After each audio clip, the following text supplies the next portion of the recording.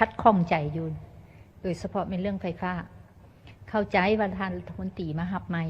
ก็น่าเห็นใจอยู่แต่ว่าก็ลีกความรับผิดชอบบ่ได้เนาะเพราะว่าเฮาในฐานะผู้แทนประชาชนนี่นะสิไปอธิบายแบบใด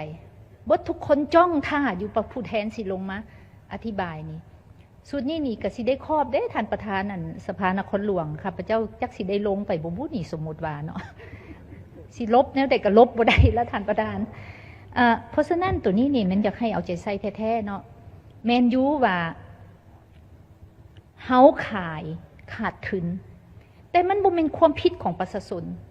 แม้นการบริหารที่ผิดพลาดของไฟฟ้าเราแล้วให้ประชาชนมารับผิดชอบแบกภาระหนี้สินแบบนี้มันบ่แฟร์ประธานเนาะอันนี้ข้าพเจ้าขออนุญาตใช้ภาษาชาวบ้านนี่แหละเพื่อให้เข้าใจง่ายๆเพราะฉะนั้นวิธีการอื่นๆขอให้คนคั่วอย่างจริงจังขอให้พิจารณาทบทวนแท้ๆเรื่องนี้มันฮ้อนมันกระทบถึงความเสื่อมั่นการนำพาของพรรคของรัฐเฮาตัวนี้แล้วมันกระทบระบบเศรษฐกิจแต่กี้นี่เงินตาทุนเทียงแล้วราคาสินค้าเริ่มนิ่งบัดนี้มีเหตุผลว่าไฟฟ้าขึ้นเฮาบ่ฮู้ว่าเฮาสิไปจบบอนใดประธานแล้วบัดนี้การลงทุนของทุกๆเขื่อนนี่นะการลงทุนบ่ว่าสิแขนงการใดก็ยาได้เว้าแล้วก็ถือโอกาสเลยนะว่าต้องบังคับให้ผู้ลงทุนนี่ขายภายในเฮาต้องได้ประโยชน์จากการลงทุนโครงการใหญ่ๆนำบางเขื่อนนี่ขายออกไป 100% แล้วเฮาคุ้มได้บ่ว่าเขาเจ้าขายแท้ๆราคาขายหั่นแม่นราคานั่นแท้บ่ไปจิ้มทางในว่าเฮาจะได้รายรับหยังเพิ่มอยู่หั่นข้าพเจ้าเชื่อว่าต้องเห็นเนาะอันนี้ขอให้ข้อมูลซะเนาะก็ได้แลกเปลี่ยนนำวิชาการบางแขนงในแขนงการนี้ตัวนั้นเพราะฉะนั้นตัวนี้มันเป็นเรื่องฮ้อนแท้ๆขอฝากให้กรมการเมืองหลายท่านขอให้พิจารณาเข้าใจว่าระดับรัฐมนตรีนี่ก็ลำบากใจแต่อันนี้มันในฐานะตัวแทนประชาชนขอให้รับฟังคำคิดเห็นของสสพวกเขาไปพิจารณาหาทางออกช่วยได้ถ้ายังเป็นจังซี่นี่ข้าพเจ้าคิดว่ากระทบหลายเนาะเจ้าขอบใจท่านประธานเดี๋ยวนี้มันปัญหาที่สองข้าพเจ้าอยากเสนอต่อกับการคุ้มครองพนักงานรัฐกรของพวกเขานี่ก็อยากเสนอให้เอาใจใส่ตื่มเพราะว่าข้าพเจ้าเห็นว่าการจัดตั้งปฏิบัติหน้าที่ของพนักงานรัฐกรของพวกเขานี่ยังบ่ทันเข้มงานไปการนี่บางเทื่อกับไป9 โมงเลิกนี่11 โมงบางเทื่อกับไปแล้วก็โซเล่และการเข้มงานการต่อกับการจัดตั้งปฏิบัติระเบียบรัฐกรต่างๆนี่ก็เห็นว่ายังบ่ทันหัดกลุ่มส่วนหนึ่งอีกนี่ข้าพเจ้ายังเห็นว่าการออกไปต่างประเทศของพนักงานรัฐกรทหารตำรวจต่างๆนี่ง่ายได้ที่สุดแต่ถ้าเทียบใส่กับบรรดาประเทศอ้อมคางของพวกเขานี่เขาหัดกลุ่มอีลีรอได้เข้มงานแท้ๆได้ฉะนั้นในถ้าพวกเขาบ่หัดกลุ่มจุดนี้ก็จะเฮ็ดให้การจัดตั้งปฏิบัติหน้าที่ต่างๆของพนักงานของพวกเขานี่บ่ได้ตามระดับขาดหมายหรือว่าแห้งกว่านั้นก็บ่สามารถที่คุ้มครองให้หัดกลุ่มแหละในการจัดตั้งปฏิบัติแผนพัฒนาเศรษฐกิจสังคมหลายอันร่วมทั้งเงินตาหัวไหลไปต่างประเทศไปใส่ใจสบายอันนี้นะและติดพันกับอย่างงานพนักงานคือกันระบบเงินเดือนข้าพเจ้าก็อยากเสนออีกเมื่อวานกับท่านนายกรัฐมนตรีก็เสนอทางกระทรวงการเงินก็เสนอว่ามีการเพิ่มขึ้นเงินเดือนอยู่ใน2,200,000แต่ถ้าพวกเขาเทียบใส่กับค่าครองชีพอยู่ในท้องตลาดของพวกเขาเห็นว่ายังต่ำหลายและถ้าเทียบใส่บรรดาประเทศอาเซียนเทียบใส่ในโลกนี่แหงไกลกันหลายทบไปแล้วคือยกตัวอย่างเช่นไทยนี่ก็พวกเขานี่ลุดกัน6-7 ทบไปแล้วเวียดนามนี่ก็เพิ่มขึ้นแล้วเดี๋ยวนี้พวกเขาถ้าเทียบใส่ก็ลุดลงฉะนั้นข้าพเจ้าคิดว่าพนักงานรัฐกรร่วมทั้งพวกเขาทั้งหมดนี่แหละ ที่ได้ค่าครองชีพค่าแรงงานค่าเงินเดือนนี่ต่ำแท้ๆต่ำแท้ต่ำว่าบ่เพียงพอข้าพเจ้ายกให้เห็นว่าทางพนักงานนี่ว่าเป็นหยังจริงบ่มาการปกติบ่มีเงินซื้อน้ำมัน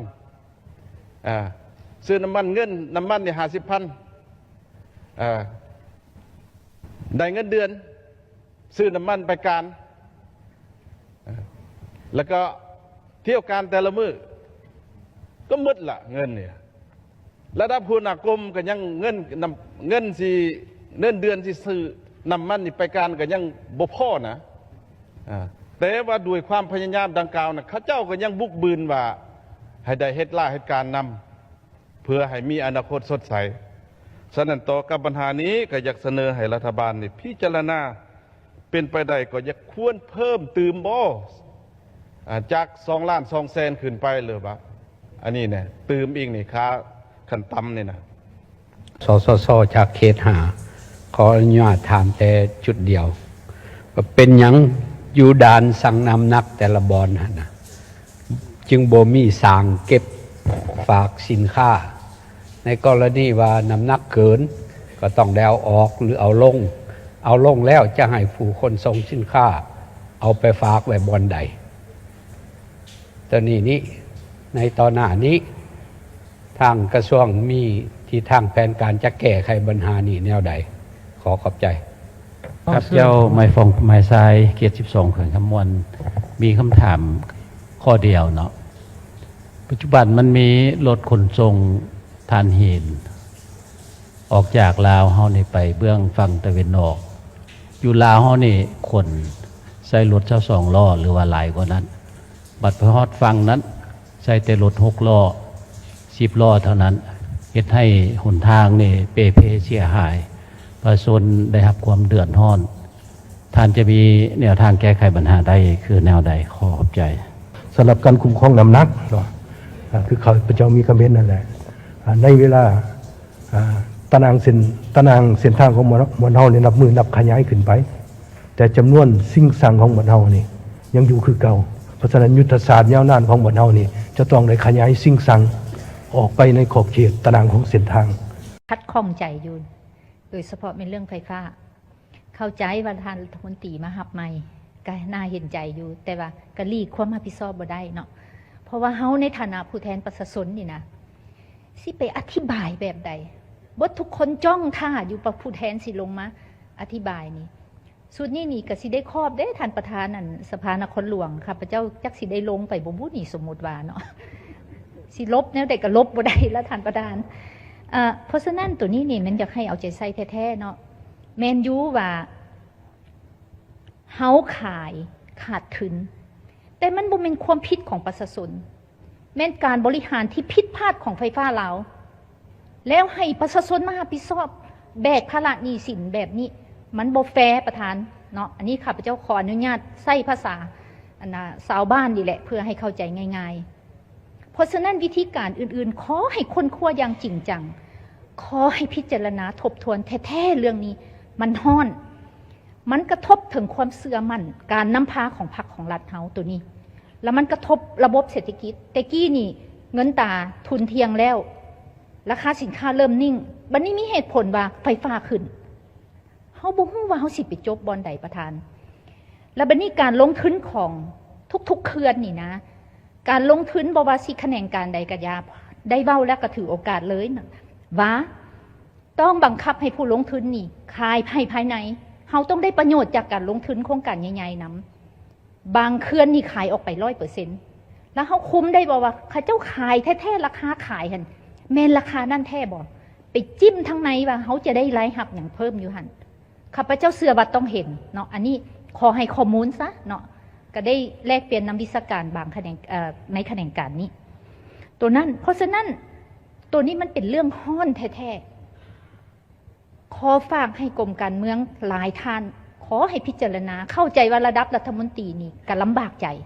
แต่อันนี้มันในฐานะตัวแทนประชาชนขอให้รับฟังคำคิดเห็นของสสพวกเขาไปพิจารณาหาทางออกช่วยได้ท ถ้ายังเป็นจังซี่นี่ข้าพเจ้าคิดว่ากระทบหลายเนาะเจ้าขอขอบใจท่านประธาน เดี๋ยวนี้มัน